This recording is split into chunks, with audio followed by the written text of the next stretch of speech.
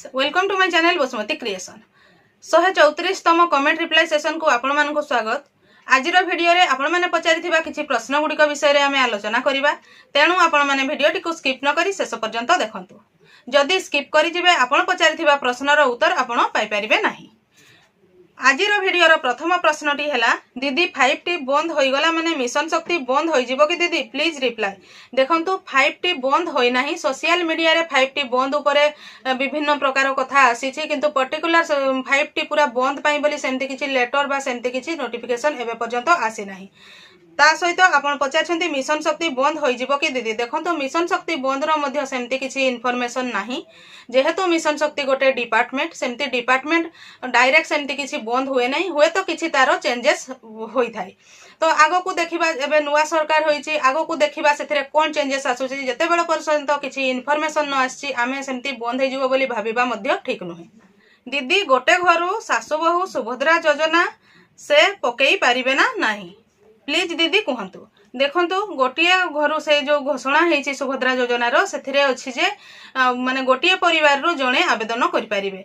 किंतु जदि आपणकर सासु बहु गोटिए राशन कार्ड रे नथिबे अलगा अलगा सासुंकर एवं बहुंकर अलगा अलगा राशन कार्ड थिबो ताहले आपण माने सुभद्रा योजना रे आवेदन करि परिबे। सासु बहु होइतिले मध्य जदि राशन कार्ड अलगा अछि ताहले आपण अलगा सुभद्रा अलगा अलगा आवेदन करि परिबे दी जण जाक।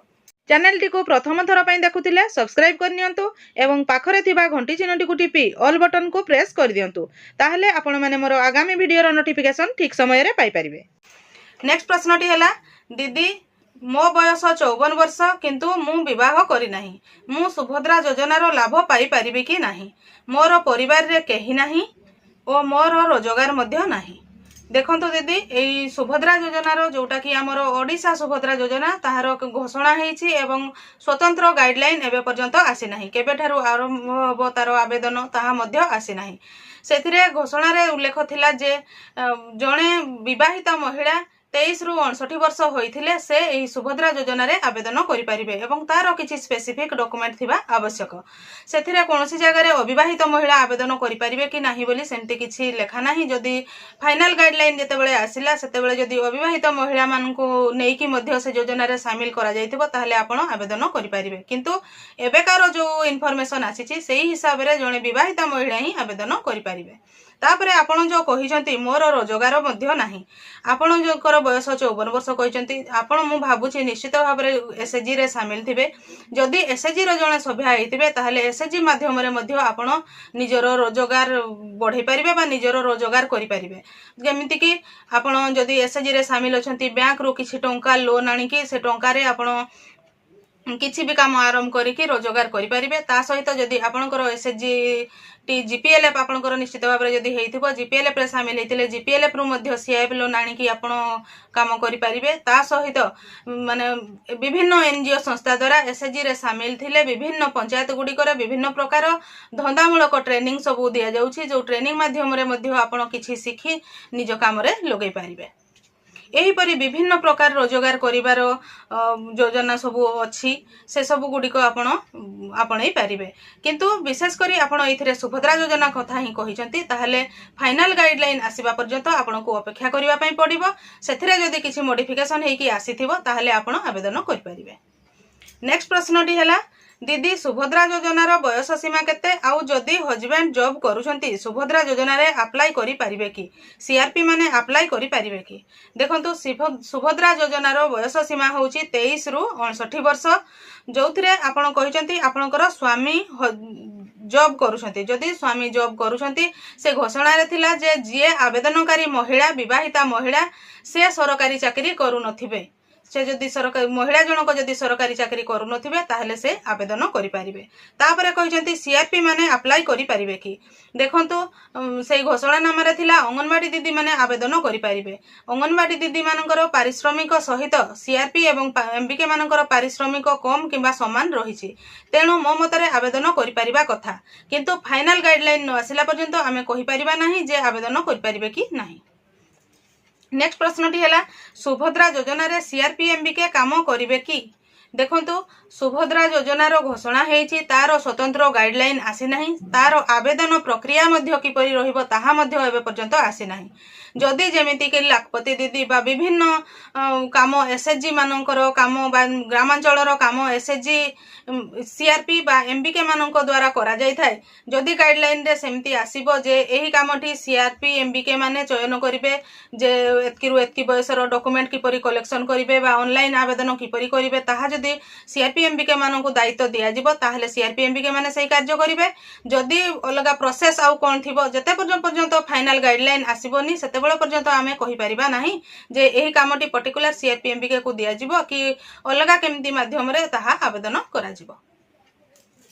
नेक्स्ट प्रश्नटी है दीदी टूर प्लान केमिति लेखिबु टिके कहि दियंतु प्राणी मित्र मानकर देखंतु पूर्वरु मोर वीडियो रे कृषि मित्र एवं प्राणी मित्र मानकर तांकर job responsibility advance tour diary एवं टूर डायरी तार वीडियो अछि आपण जस्ट एबे स्क्रीन रे देखंतु जे से वीडियो रो लिंक दिया हिची सेथिको गले आपण से वीडियो को देखि परिबे एवं डिटेल्स जानि परिबे। नेक्स्ट प्रश्नटी है जड़े पेंशनर वाइफ को मिलिबो कि सुभद्रा योजना देखंतु एथिरे आपण जड़े पेंशनर वाइफ कहउचंती तो तांकर हस्बैंड पेंशन पाउचंती तांकर वाइफ कथा कहिचंती ना तांकर वाइफ निजे पेंशन पाउचंती से विषय रे आपण डिटेल्स ठीक जणा पडुनी आपणकर कमेंट रु जदि आपणकर जे आवेदनकारी तांकर हस्बैंड पेंशन पाउचंती ताहले तांकर वाइफ जंकर जदि एज 23 रु 68 वर्ष बयस मध्य अच्छी ताहले से आवेदन करि परिबे हेबो कि नाही तो अलगा कथा किंतु आवेदन करिवार एलिजिबिलिटी जोटा सेटा मु कहूची आउ जदि जणे से 60 वर्ष रु अधिक तांकु हेइथिबो ताहले मध्य से आवेदन करि परिबे नाही। नेक्स्ट प्रश्नटी है दीदी सीआरपी मानन को पुणी 6100 देबे कि पुणी दरमा कम करि देबे आमरी सुनिबा को मिलुछि देखंतु आपणकर दरमा वर्तमान 6100 टंका किंतु दरमा वृद्धि हेछि एवं एई 6100 टंका ही आपण माने पाइबे आपणकर पारिश्रमिक कमिबो नाही।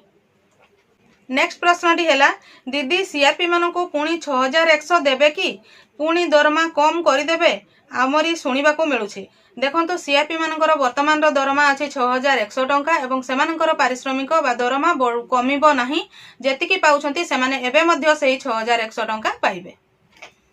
नेक्स्ट प्रश्नटी है डिजेबिलिटी माने पाई पारिबे कि सुभद्रा योजनार जो आसीछि जो घोषणा हेछि सेथिरे उल्लेख अछि जे विवाहिता महिला जे कि 23 वर्ष रु 68 वर्षर होइतिबे सरकारी चाकरी करूनथिबे सेमाने आवेदन करि पारिबे तार फाइनल गाइडलाइन एबे पर्यंत आसी नाही एवं सही घोषणानामा रे डिजेबिलिटी मानक पई मध्य सेमति किछि लेखा जाय नाही जदि जणे डिजेबिलिटी से मैरिड महिला हेइथिबे ताहाले से जदि सही एलिजिबिलिटी क्राइटेरिया को मीट करूथिबे ताहाले आवेदन करि पारिबे एवं फाइनल गाइडलाइन आसिले जदि डिजेबिलिटी मानक पई मध्य सेमति किछि थिबो ताहाले मु वीडियो माध्यम रे आपण मानकु जणेबी तेनु आपण मो चैनल रो वीडियो गुडी को रेगुलर देखुथांतो।